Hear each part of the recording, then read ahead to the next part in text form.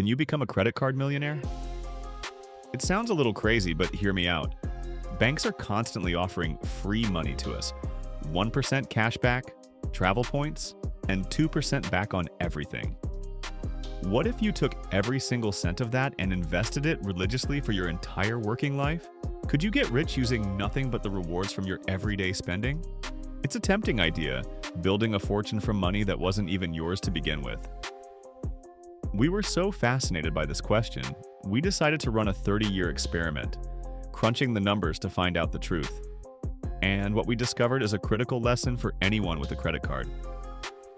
This isn't just about points and miles, it's about the choice between a small, instant reward and a truly life-changing fortune. The free money fantasy.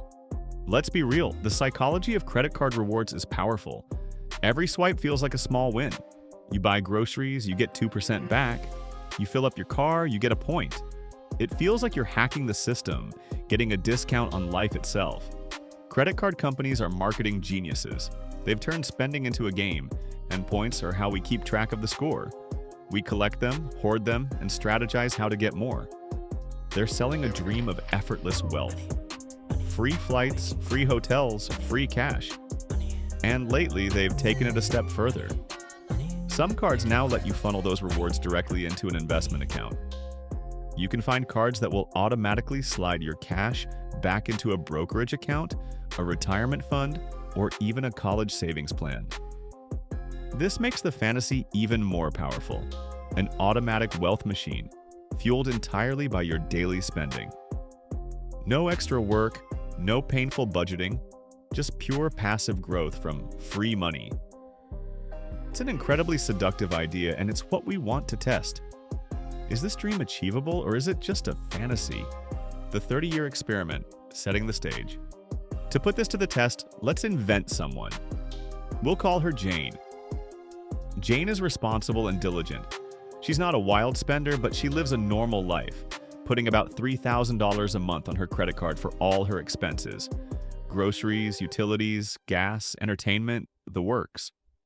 Jane is also smart about her rewards. She's not using some basic 1% card. She has a solid, no annual fee card that gives her a flat 2% cash back on everything, and she has it set to automatically invest those rewards. And here's the most important part. Jane is the perfect cardholder. She never carries a balance. She pays her bill in full every single month. This is a critical detail, and as we're about to see, it's the very thing that can make this whole plan implode. So the experiment is simple. Jane spends $3,000 a month, earns 2% back, and invests it in a low-cost S&P 500 index fund. We'll be conservative and assume an 8% average annual return over the next 30 years to account for inflation, even though the historical average is a bit higher. The big question is, after 30 years of this perfect disciplined strategy, how much money does she have? Is she a millionaire? The harsh reality of the numbers. Okay, let's do the math. Jane spends $3,000 a month, which is $36,000 a year. Her 2% cashback card earns her $720 in rewards annually. That's the money she's going to invest. Now, we take that $720 and invest it every year for 30 years, earning our 8% return. In the first few years, the growth is pretty slow. After 5 years, she's got about $4,500. After 10 years, that's grown to just over $11,000. It's nice, but it's not exactly blowing the doors off. This is where compound interest starts to flex its muscle. After 20 years, her account is sitting at about $35,000. And at the end of our 30-year experiment, Jane's total from investing every single penny of her credit card rewards is about $87,000. Let that sink in. $87,000. Look, that's not a small amount of money. It's a fantastic bonus. It could be a down payment on a house, a nice car, or a great boost to a retirement fund. But it's nowhere near $1 million. It's not even 10% of the way there. The free money fantasy, even when executed perfectly for 3 decades, doesn't build real wealth. It's a nice supplement, but it is not a wealth-building strategy. So if that's not the path, what is? The real engine of wealth. Now, let's run a second experiment. Meet Jane's twin brother, John. John spends the same $3,000 a month, pays his card off every month, and earns the same $720 in rewards. But he just spends his rewards on a nice dinner or weekend trip. He doesn't invest them at all. Instead, John does one thing differently. He invests his own money. He's not trying to get rich off the bank's marketing budget. He takes just 10% of his actual spending, that $3,000 a month, and invests it. That's $300 a month, or $3,600 a year. It's not a massive sacrifice. It's about what you might pay for a car or what you'd save by cutting back on a few nights out each month. But it's his money, not reward money.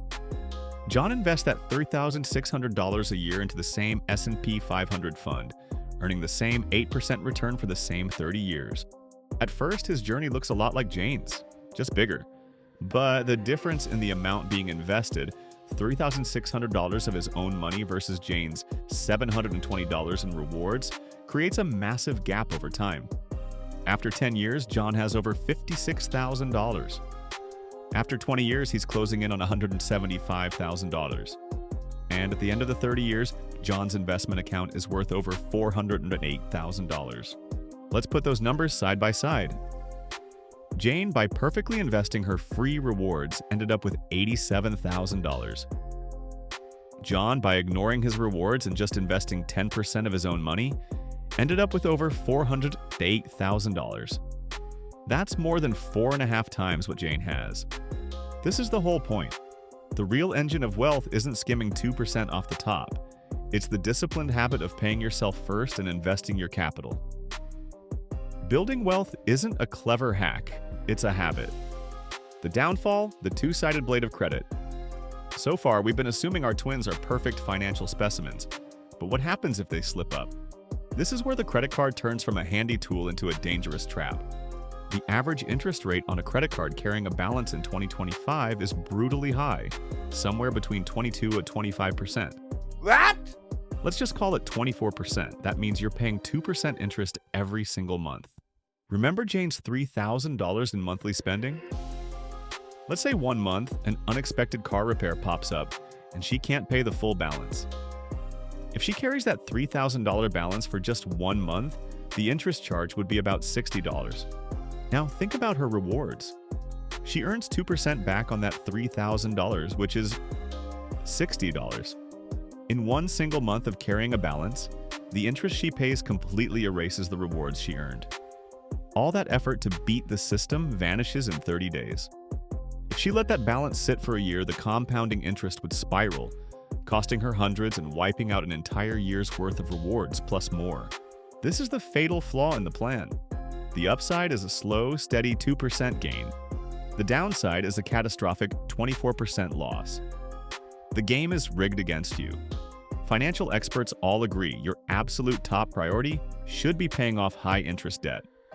Wiping out a 24% APR debt is the same as getting a guaranteed 24% return on your money. You will never find a safer, better return than that. So, can you become a millionaire by investing credit card rewards? For the average person, the answer is a hard no. It's a mathematical fantasy. The truth is, credit card rewards are just a marketing tool designed to get you to spend more. They're a nice little perk if you are incredibly disciplined, but they are not, and never will be, an engine for building wealth. Focusing all your energy on maximizing cashback is like trying to fill a swimming pool with a teaspoon. You're working hard, but you're focused on the wrong thing. The real path to financial freedom is less flashy, but it's infinitely more powerful. It comes down to 3 simple ideas. First, attack your high-interest debt. The interest you avoid paying is a guaranteed return that no investment can beat. Second, build an emergency fund. This is the buffer that protects you from life's curveballs, the cash that keeps you from ever needing to lean on a high-interest credit card in a crisis. And third, invest consistently for the long haul. Automate it, even if you start small. As we saw with John, investing a small piece of your own money will absolutely crush the results of investing free money from the bank. By all means, use credit cards for convenience and security. But don't ever believe they are your ticket to getting rich. The real wealth isn't in the 2% they give you back. It's in the other 98% that you control and the choices you make with it. That is what truly builds a fortune. Stack it up real high. Come here to be in the know. Come here, enjoy the show, 'cause it's Warren's money time.